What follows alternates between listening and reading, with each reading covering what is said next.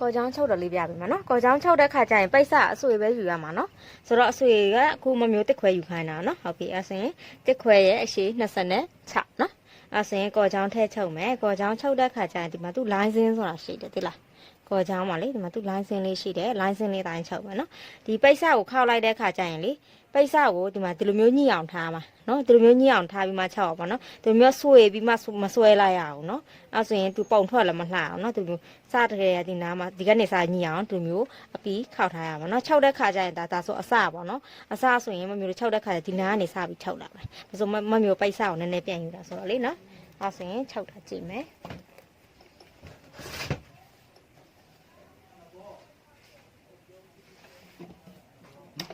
ပိတ်စနည်းနည်းပို့ချုပ်ထားမယ်နော်ဒီစင်းဒီမှာဒီလိုင်းစင်းတိုင်းချုပ်သွားလိုက်ရောမယ်နော်အဲ့ဆိုဒီမှာညီအောင်ပိတ်စကိုအရင်ညီအောင်ထားမယ်ညီအောင်ထားပြီးမှအသားလေးနည်းနည်းလေးပဲဆွဲမယ်နော်အများကြီးဆွဲရင်နော်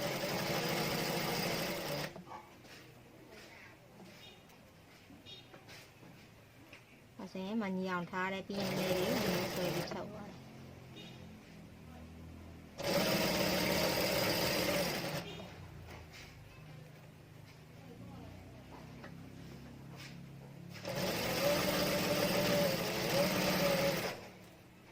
ဒါဆွဲလိုက်တဲ့ခါကျတော့ပိတ်စ26တော့သူမကောက်ဘူးတိလားသူပို့နေလိုက်မယ်နော်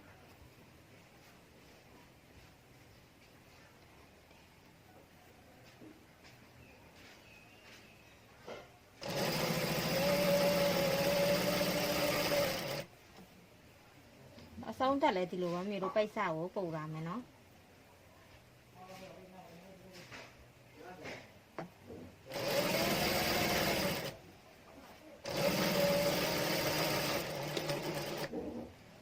ဆိုတော့မမီတို့ဒီမှာချုပ်ပြီနော်ချုပ်ပြီဆိုလို့ရှိရင်ဒီမှာအများကြီးပို့ထားတာပဲညှက်ထုတ်မယ်ဒီမှာခုနပို့ထားတဲ့ဟာကိုဒီတိုင်းထားမယ်ပြီးလို့ရှိရင်ဒီပုံစံတိုင်း20ကြံအောင်ညှက်ထုတ်မယ်နော်ဒါ20စာခြံတာနော်ခြံပြီးလို့ရှိရင်မမီတို့ဒီညမှာသူ့ကိုကက်ကြီးလေးနဲ့လိုက်ထည့်ပေးရမယ်အထဲအသူ့ရဲ့ကော့ဓာတ်ပအောင်ထည့်ပေးရမယ်နော်ဒါကိုတလက်မခွဲကြော်တလက်မခွဲအကွာဝေးလောက်နော်ဒီအစုံထိနော်ဒီယူရတဲ့တချမ်းပတ်လေထိကိုဒီလိုအကောင်ထည့်ပေးမယ်အကောင်ထည့်ပြီးမှမမီတို့သူ့ကိုဒီအဲ့ကဘေးပတ်မှာတော့6ပါနော်ဒီလိုမျိုးအကောင်လိုက်ထည့်ပါနော်ဘာကြောင့်ဆိုတော့မမျိုးဒီကော့ချောင်းမှာလေသူကအထက်မပါလားတချို့ကော့ချောင်းတွေသူထစ်တာပြီးတာထက်တာပြီးတာဆိုတော့ကိုကကိုရတာလွယ်ရသိလားဒါအထက်မပါတဲ့ကြောက်ကိုကထစ်ပေးရတာနော်သူကိုရပြီးတော့လွယ်ရအောင်လို့နော်ဆိုတော့ဒါထစ်တာပြီးဆိုစား6တော့မယ်နော်ဒါလေးမမျိုးပြပြမယ်ကော်ချောင်းမတွဲခင်မှာပြီးဒီထက်နဲ့ဒီအောက်ကိုအလဲမှတ်ပြီးမှတ်ပေးရမယ်နော်အလဲမှတ်ကမမှတ်ထားဘူးဆိုလို့ရှိရင်မမျိုးတို့အဲ့ကိုထဲမှာတွဲတဲ့ခါကျရင်အဲ့မညီဘူးနော်ဒီကော်ချောင်းထည့်ပြီးမှဆိုကော်ချောင်းမာတဲ့ခါကျဒီမှာကိုကခောက်လိုက်တဲ့ခါကျရင်သူကမညီဘူးထပ်တူမကြဘူးပေါ့နော်ဆန္ဒအဲ့ဒါကြအဲ့ဆိုရင်ဒါမမျိုးတွဲတော့မယ်တွဲတဲ့ခါကျရင်မမျိုးတို့အောက်ခြေကနေပဲစတွဲမယ်နော်အောက်ခြေကနေစတွဲမယ်ဒီမှာမမျိုးအလဲမှတ်လေးရှိတယ်တွေ့တယ်နော်ကချီလေးနဲ့ထည့်တယ်အလဲမှတ်ကနေပြီးတော့ဒီမှာခုန20ခြံလာတယ်ဟုတ်ပြီနော်20ဒီမမျိုးရဲ့ဒီအစုံနဲ့ညှိသွားမှာနော်ဒါကိုညှိအောင်ကုန်သွားမှာပြီးလို့ရှိရင်စလိုက်တဲ့နေရာဒီအမှတ်နဲ့ဒီလိုမျိုးချိုးချလိုက်ရမှာပိတ်စအကြောင်းမမျိုးကပိတ်စကိုအပိုယူရနော်ဟုတ်ပြီနော်စားချုပ်မယ်နော်အဲ့ဆိုရင်ဒီအောက်ခြေကိုညှိအောင်ထားပြီးတော့မမျိုးဒါတပတ်လေလုံးချုပ်နော်ဒါပို့ရတဲ့အစအောင်နော်ခောက်သွားတာ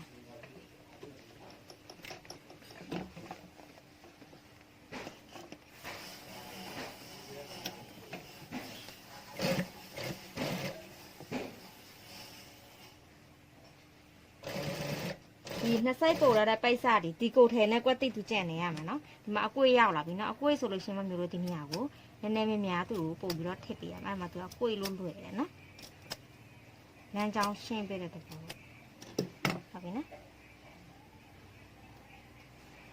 ဒါတေချာလေးပုံစံချပြီးမှဒီအကွေးကိုကွေးမှာနော်ဒီနေရာလေးတွေတေချာလေးလောက်မှာနော်မလောအောင်သိလား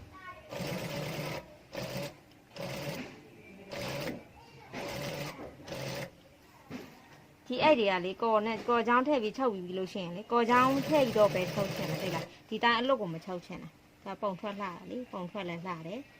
နားအိတ်လည်းလှတယ်ပေါ့နော်ကော်ချောင်းထည့်တော့ဒီအိတ်ကပေါ်လာဒီလုံးကိုကွတ်တာလေကိုအဲ့နဲ့လိုက်ဖက်တဲ့ဟာလေးထည့်မယ်နော်မပြောင်းရေလို့မှမဟုတ်ဘူးအစင်တို့เนาะအဲ့လိုမျိုးလေးထည့်လို့ရ အစင်းတို့ပလဲလုံးတို့အဲ့လိုမျိုးထည့်လှကိုမမျိုးအားမမျိုးအဲ့ကအမဲနဲ့လိုက်လို့မမျိုးထည့်အကဲကိုဒီမှာကိုယ့်တိုင်းမှာကိုရက်လိုက်တာဒီအက်ဒီအထဲကိုစိုက်နေရမယ်နော်အဲ့ဒါမမေးနဲ့တို့မရွ့ရွာရအောင်လေနော်ဒီနေရာလေးတေးချထိုင်းမိချုပ်ပြီနော်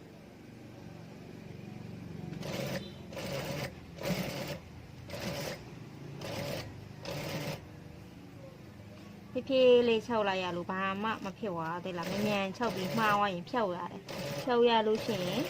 မဖြုတ်စားလည်းဒီဖြစ်သွားမယ်ကြည့်လို့လည်းမကောင်းတော့အဲ့အချိုးပိတ်စားတွေဆိုအမွေးထွက်တဲ့အဲ့လိုဆိုရနော်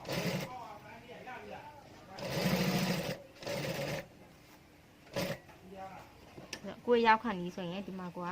သူ့ကိုထစ်ထားပြီနော်